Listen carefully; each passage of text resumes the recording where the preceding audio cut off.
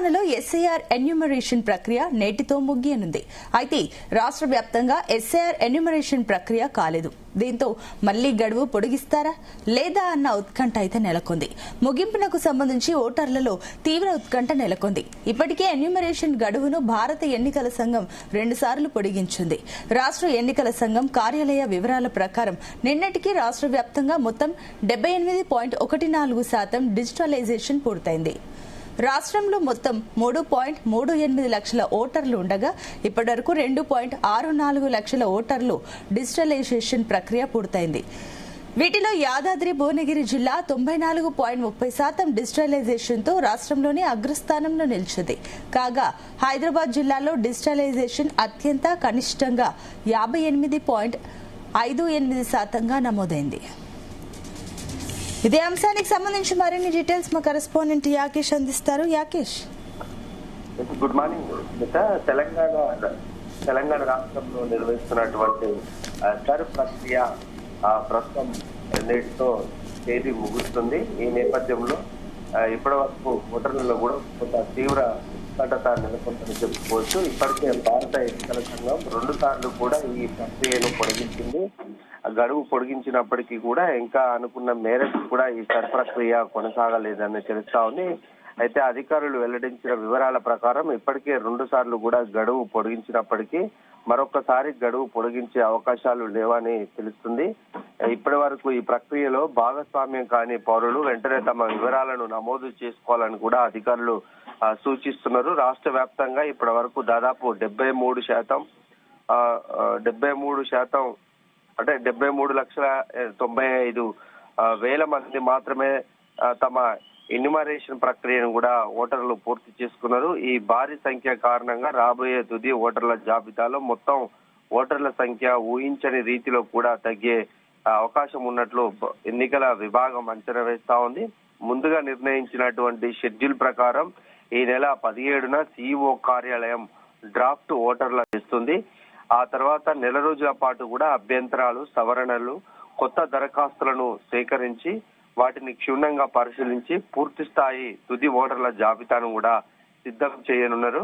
నేటితో గడువు ముగుస్తుండటంతో మరోవైపు సమయం ఇస్తారా లేదా అనే అంశంపై కూడా ఒక స్పష్టత రావట్లేదు. ఎందుకంటే ఇవాళ ఆ ప్రక్రియ చివరి తేదీకి వచ్చినప్పటికీ కూడా భారత ఎన్నికల సంఘం నుంచి ఎలాంటి సూచనలు అయితే రావడం లేదు. దీంతో ఈ నేటితోనే గడువు ముగిసే అవకాశం అయితే ఉంది. ఇప్పటికే ఎక్కడా లేని విధంగా కూడా రాష్ట్రానికి సంబంధించి 2 సార్లు కూడా గడువు పెంచినటువంటి తరుణంలో మరొకసారి గడువు పెంచే అవకాశం లేనట్లయితే తెలుస్తుంది.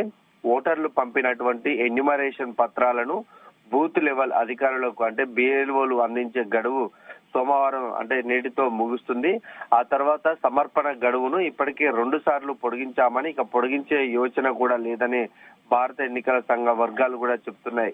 సిఇఓ కార్యాలయం నిన్న సాయంత్రం 6 గంటలకు అందించినటువంటి నివేదిక ప్రకారం రాష్ట్ర వ్యాప్తంగా మొత్తం 78% డిజిటలైజేషన్ కూడా పూర్తయిపోయింది. రాష్ట్రంలో 3,38,26,000 మంది ఓటర్లకు గాను 100% ఈపీఎఫ్లు పంపిణీ చేయగా ఇప్పటి వరకు 2,64,30,000 మంది పత్రాలు 78% మాత్రమే డిజిటలైజేషన్ ప్రక్రియను పూర్తి చేశారు.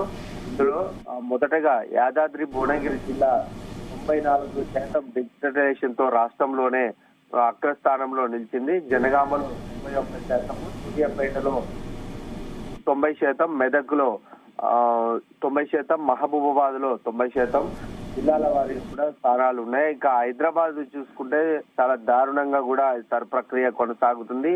ఈ 58% మాత్రమే హైదరాబాద్ లో డిజిటలైజేషన్ పూర్తయి చివరి స్థానంలో హైదరాబాద్ నిలుచుకోవచ్చు. ఇంకో జిల్లాల్లో కూడా దాదాపుగా 80% కూడా చాలా జిల్లాలు పూర్తయినటువంటి ఒక హైదరాబాద్ లోనే ఈ ఓటర్ల ప్రక్రియ పూర్తయిపోవచ్చు. ప్రధానంగా పట్టణాలు అధికంగా ఉన్నటువంటి జిల్లాల్లో మాత్రమే కొంత సర్ ప్రక్రియ తక్కువగా జరుగుతుంది. రూరల్ ప్రాంతాల్లో ఉన్నటువంటి ప్రాంతాల్లో మాత్రం 100% కూడా ఈ ఓటర్ సవరణ అయితే కొనసాగుతుందని చెప్పుకోవచ్చు. హైదరాబాద్ లాంటి ప్రాంతాల్లో ఎందుకు తక్కువ అవుతుందని అంచనా చాలా మంది కూడా 2-3 ప్రాంతాలకు కూడా ఓటు హక్కు ఉన్నది. ఎక్కువ కూడా హైదరాబాద్ ఉన్నటువంటి వాళ్ళు ఆ గ్రామీణ ప్రాంతాల్లో ఓట్లు ఉన్నటువంటి ఓటర్స్ ఉంటారు. ఇప్పుడు వాళ్ళంతా కూడా తమ తమ ప్రాంతాల్లోనే కూడా ఓటు హక్కు ఉండడం కోసం ఇష్టపడుతున్నారు. ఆ క్రమంలోనే వాళ్ళ అడ్మినిస్ట్రేషన్ ఫారాన్ని కూడా అన్నీ ఫిలప్ చేసి ఇచ్చినటువంటి నేపథ్యంలో హైదరాబాద్ లో ఓటు కోల్పోయే అవకాశం ఉంటుంది.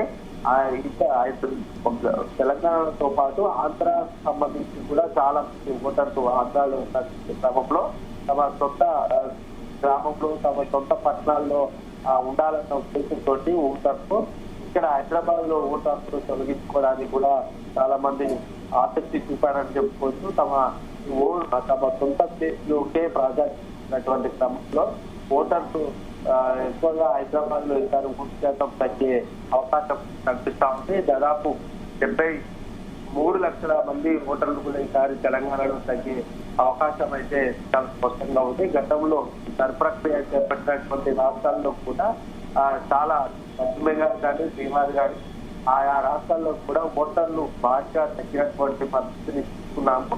ఇప్పుడు తెలంగాణలో కూడా అదే సీను రిపీట్ అయ్యే అవకాశం కనిపిస్తా ఉంది. ఈ రాజకీయ పార్టీలు కూడా ఓట్లు ఇప్పటికే ప్రక్రియ ఉన్నటువంటి క్రమంలో దీనికి సంబంధించి ఎవరైతే ఓట్లు తొలగించారో ఎవరైతే ఓటు కోల్పోయారో వాళ్ళ వివరాలు కూడా తమకు ఇవ్వాలనే రాజకీయ పార్టీలు కూడా డిమాండ్ చేసింది. అయితే ఎన్నికల సంఘం ఎలాంటి ఒప్పందానికి అయితే ముందుకు రాలేదు. ఒకవేళ ఈ రాజకీయ పార్టీల డిమాండ్ తోటి ఎన్నికల సంఘం ఎలాంటి నిర్ణయం తీసుకుంటామో చూడాల్సినటువంటి అవసరం ఉంది. మొత్తానికి తెలంగాణలో ఈ ప్రక్రియ అనేది చాలా జిల్లాల్లో 90-95% పూర్తయినప్పటికీ కూడా హైదరాబాద్ ప్రాంతాల్లో మాత్రమే చాలా తక్కువగా నమోదైంది చెప్పుకోవచ్చు. ఇది మారినటువంటి ఈ పరిస్థితుల క్రమంలో ఏ పార్టీకి లాభం జరుగుతుంది, ఏ పార్టీకి నష్టం జరుగుతుంది అనేది కూడా అంతర్గతంగా ఆయా రాజకీయ పార్టీలు తెలుసుకుంటున్నాయి. అయితే ఎవరికి వారు కూడా తీర్మానిస్తారు. ఎందుకంటే హైదరాబాద్ ప్రాంతాలు తగ్గడం ద్వారా అధికార పార్టీ కానీ అటు ప్రతిపక్ష పార్టీ కానీ లాభం చేకూర్చడానికి లెక్కలు వేసుకుంటున్నటువంటి పరిస్థితి ప్రస్తుతం కనిపిస్తా ఉంది. మొత్తానికి ఈ ప్రక్రియ అంతా పూర్తయిన తర్వాత రాజకీయ పార్టీలు ఇంకా ఎలాంటి అడుగులు ముందుకు వేయనున్నాయనేది కూడా కొంత ఆసక్తిగా మారుతుంది. Right, thank you Yakesh.